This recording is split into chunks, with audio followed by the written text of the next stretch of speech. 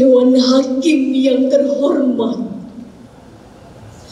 Dewan Hakim yang terhormat, perkenankan saya untuk meralat ucapan jaksa. Apapun yang saya katakan adalah hitam putih diri saya, merah biru abu-abu saya, belang-beling gelap cahaya diri saya. Untuk itu Pak Hakim, jangan ditanya dan jangan dipotong. Apabila waktunya telah selesai, saya akan diam selamanya.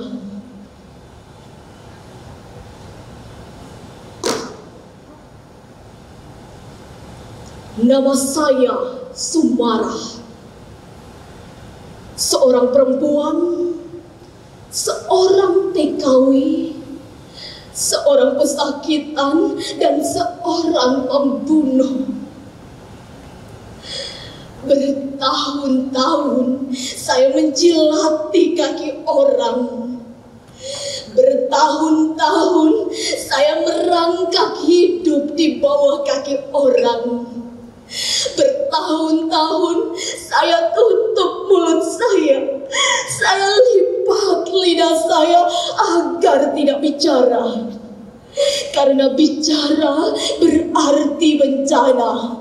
Bencana bagi perut saya, bencana bagi perut Simbo, dan bencana pula bagi para majikan. Tolong Pak Hakim, biarkan saya mendongak dan membuka suara.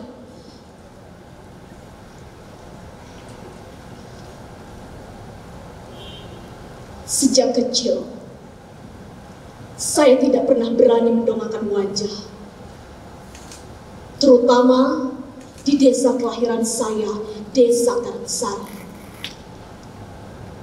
Suatu hari, guru madrasah saya, Pak Kasirin, pernah menerangkan,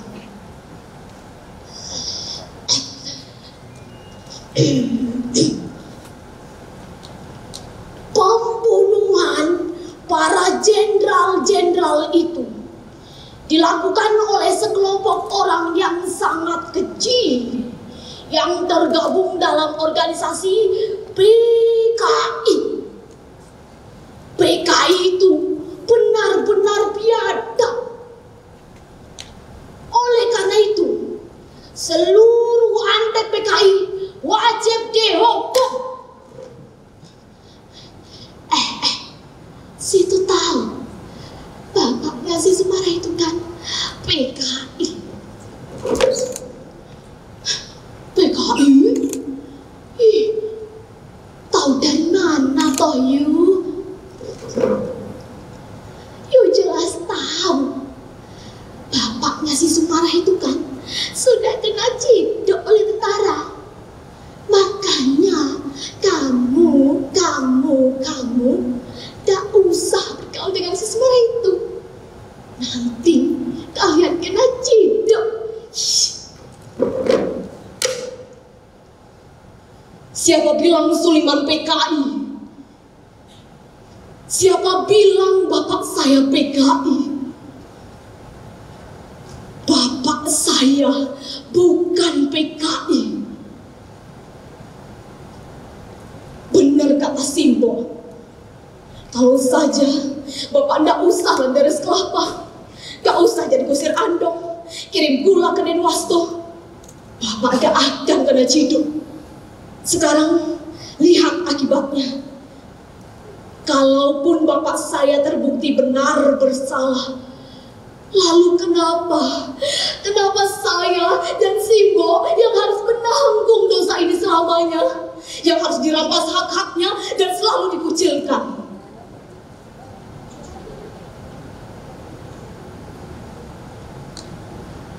Saya juga pernah bekerja di salah satu juragan beras. Dari bekerja di juragan beras itu, saya berkenalan dengan seorang lelaki tampan. Namanya Mas Edi. Ia seorang tentara.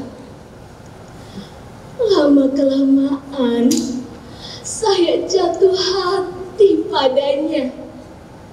Manakala saya tahu Mas Edi memiliki perasaan yang sama terhadap saya, rasanya hati ini terbang tinggi sekali. Namun harus kembali terjebak dan jatuh ke dalam jurang yang sangat dalam. Mas Edi mundur teratur setelah mengetahui sejarah keluarga saya. Sebagai seorang tentara, haram janda hukumnya apabila memiliki istri seperti saya.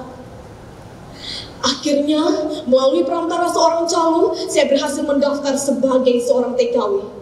Seluruh persyaratan administrasi, kelurahan, Depnaker, dinas tenaga kerja dan lain sebagainya, dan tenet-tenet yang sangat panjang. Akhirnya, jadilah saya, Sumarah binti Suliman, dengan predikat NEM tertinggi, harus menjadi budak di negeri orang. Kosinus tangan diferensial jadi teori mesin cuci, Archimedes jadi teori menyetrika baju, dikotil monokotil jadi irama kain pel, dan seluruh teori pidato hanya jadi omelan bagi para majikan. Oh, mana cerita Pak Kasirin yang bilang pribadi bangsa Indonesia adil, rapat-rapat keluargaan, gotong royong? Mana? Nyatanya di negeri saya sendiri, saya harus membayar semuanya dengan uang. Di negeri saya sendiri, saya menjadi rakyat selipan, setengah gelap, tak mampu berbicara. Di negeri saya sendiri, saya harus didepak sana, didepak sini. Dan kini, saya menjadi budak di negeri orang, menggantungkan impian setinggi harapan untuk hidup yang lebih indah. Saya pikir dengan saya menjadi seorang TKW, saya bisa bermetamorfosa dari ulat bulu menjadi kupu-kupu yang indah. Ternyata Sumarah tetap saja kandas, Pak Hakim.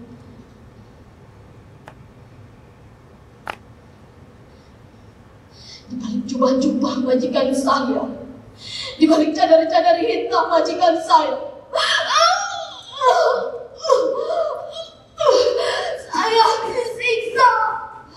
Gaji saya setahun hilang untuk administrasi yang saya tidak tahu larinya kemana. Dan saya Hakim,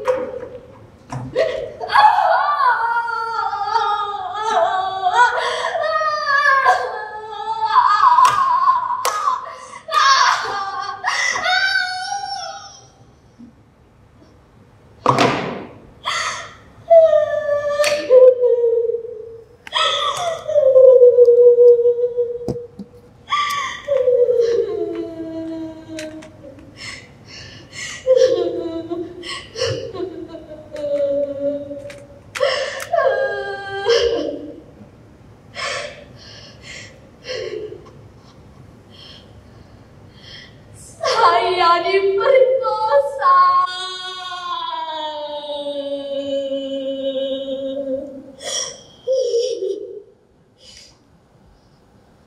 Namun, saya harus berani mendongakkan wajah, meludahi orang yang sudah membinasakan saya, untuk berani mengangkat tangan, kemudian meraih pisau yang tajam dan menusukkan ke jantung hatinya.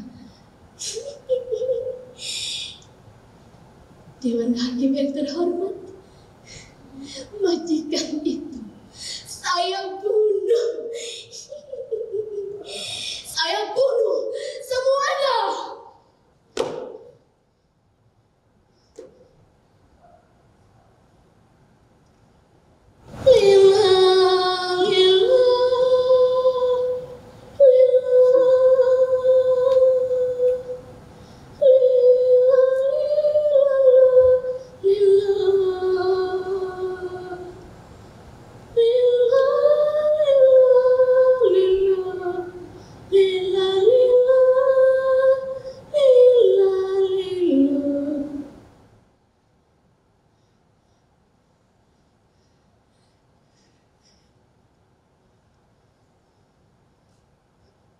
Dewan Hakim yang terhormat, inilah saya, Sumarah binti Suliman.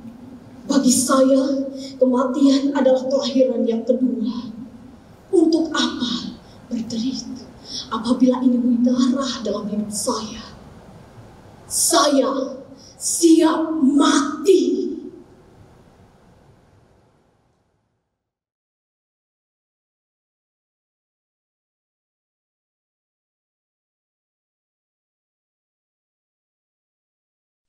Acara ini diproduksi oleh